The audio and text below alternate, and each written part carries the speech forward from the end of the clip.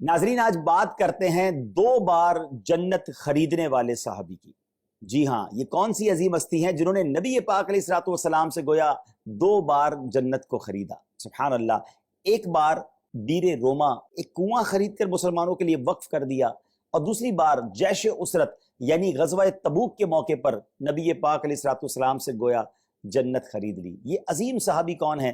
ضرور ان کے بارے میں بتاتے ہیں، مگر بات کرتے ہیں اس عظیم واقعے کی کہ جب نبی پاک علیہ الصلوۃ والسلام غزوہ تبوک کے موقع پر مسلمانوں کو ترغیب دلا رہے تھے کہ اللہ کی راہ میں خرچ کرو، یہ صحابی رسول کھڑے ہو گئے اور اعلان کرتے ہیں کہ حضور 100 اونٹ بما سامان میں اپنی طرف سے راہ خدا میں پیش کرتا ہوں۔ اعلان کر کے بیٹھ گئے۔ نبی پاک علیہ الصلوۃ والسلام نے پھر ترغیب دلائی۔ یہ سردار الاسخیاء، ایک عظیم شخصیت، ایک بار پھر کھڑے ہو گئے، عرض کرتے حضور 200 اونٹ بما سامان میری طرف سے۔ پھر بیٹھ گئے۔ نبی پاک علیہ الصلوۃ والسلام نے تیسری بار جب مسلمانوں کو ترغیب ارشاد فرمائی، یہ پھر کھڑے ہو گئے، جذبہ سخاوت پھر جوش مارنے لگا، عرض کرتے حضور 300 اونٹ بما سامان میری طرف سے۔ اللہ اکبر۔ نبی پاک علیہ الصلوۃ والسلام نے جب ان کا یہ جذبہ دیکھا تو پیارے آقا علیہ الصلوۃ والسلام اپنے ممبر سے نیچے تشریف لائے اور 2 بار یہ ارشاد فرمایا ان کے بارے میں کہ آج سے یہ جو کچھ کرے اس پر کوئی مواخذہ یعنی پوچھ گچھ نہیں۔ امید ہے آپ پہنچ گئے ہوں گے آج کس عظیم ہستی کی بات ہو رہی ہے۔ آج ہم بات کر رہے ہیں ذو النورین، سردار الاسخیاء، سخیوں کے بھی جو امام ہیں، حضرت سیدنا عثمان غنی رضی اللہ تعالی عنہ کی۔ کیا کمال کی ہستی ہیں، راہ خدا میں کس طرح دل کھول کر خرچ کرتے تھے کہ آج بھی سنیں تو ایمان تازہ ہو جاتا ہے، موٹیویشن ملتی ہے۔ کیا خوب کہا شاعر نے ان کے بارے میں، امام الاسخیاء کر دو عطا جذبہ سخاوت کا، نکل جائے ہمارے دل سے حب دولت فانی۔ کیا شان ہے حضرت عثمان غنی رضی اللہ تعالیٰ عنہ کی۔ آئیے سیدنا عثمان غنی رضی اللہ تعالیٰ عنہ کے بارے میں کچھ سنتے ہیں۔ 18 ذوالحجۃ الحرام جو ہے وہ حضرت عثمان غنی رضی اللہ تعالیٰ عنہ کا یوم شہادت ہے۔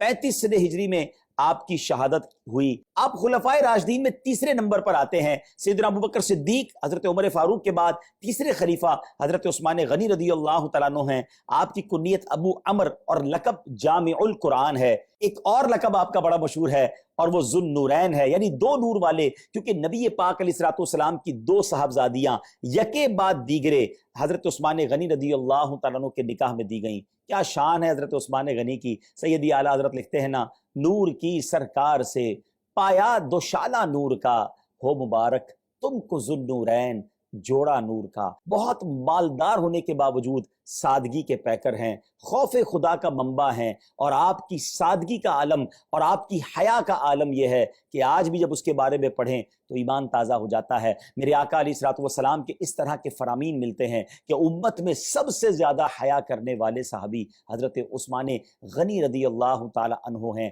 اور آپ مسلمانوں کے کیسے خیر خواہ، کس طرح اپنے خزانے کے ذریعے مسلمانوں کی مدد کیا کرتے۔ کیا شاندار ایک واقعہ ہے کہ حضرت ابوبکر صدیق رضی اللہ تعالی عنہ کا دور تھا ناظرین، اور مدینہ منورہ میں قحط جیسی کیفیت ہو گئی، کھانے پینے کی کمی ہو گئی تھی۔ اہل مدینہ حضرت ابوبکر صدیق رضی اللہ عنہ کے پاس حاضر ہو، کہا حضور کھانے کو کچھ نہیں ہے، تو آپ نے فرمایا اللہ خیر کرے گا، شام تک کوئی صورتحال بن جائے گی۔ اور پھر کیا ہوا؟ شام کو حضرت عثمان غنی رضی اللہ تعالیٰ عنہ کے یہاں 100 اونٹ بما غلے کے یعنی اناج کے لدے ہوئے 100 اونٹ، یعنی آج کے دور میں آپ سمجھنا چاہیں تو یوں سمجھیے کہ جس طرح آج کسی کے پاس 100 ٹرک اناج آ جائے اور پورے شہر میں دانہ بھی نہ ہو تو اس اناج کی کتنی ویلیو ہوگی۔ حضرت عثمان غنی کے پاس یہ مال ان کا آ گیا۔ اہل مدینہ، مدینے کے تاجر جو ہیں، حضرت عثمان غنی رضی اللہ عنہ کے گھر پہنچ گئے اور عرض کرتے ہیں کہ حضور یہ سامان ہمیں بیچ دیجئے، ہم مدینے کے مارکیٹس میں بیچیں گے تاکہ لوگ اناج خریدیں اور اپنا جو کھانے پینے کا معاملہ ہے وہ آسانی سے حل کریں۔ تو آپ نے فرمایا بتاؤ مجھے اس وقت تم اس کی کیا قیمت دو گے؟ تو لوگوں نے کہا حضور آپ ایسا کیجئے 10 کی چیز 12 میں ہمیں دے دیجئے، یعنی گویا 20% آپ کو نفع کی آفر کی۔ آپ نے فرمایا مجھے اس سے زیادہ مل رہا ہے۔ کہا حضور آپ 10 کے 13 لے لیجئے۔ آپ نے فرمایا مجھے اس سے بھی زیادہ مل رہا ہے۔ لوگوں نے کہا حضور آپ 10 کے 14 لے لیجئے۔ آپ نے فرمایا مجھے اس سے بھی زیادہ مل رہا ہے۔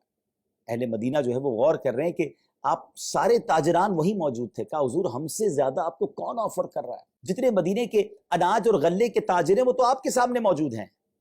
آپ نے فرمایا مجھے 1 کا 10 مل رہا ہے، کوئی ہے جو تم میں سے مجھے اس سے زیادہ دے؟ کہا حضور اتنا تو ہم نہیں دے سکتے۔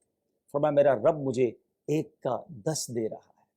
اور آپ نے پھر فرمایا گواہ ہو جاؤ میں نے یہ 100 کے 100 اونٹ بما ساز و سامان اہل مدینہ پر خیرات کر دیے، اور آپ نے وہ تمام سامان جو ہے وہ فری آف چارج جو ہے فری آف کاسٹ مدینہ منورہ میں تقسیم کروا دیا۔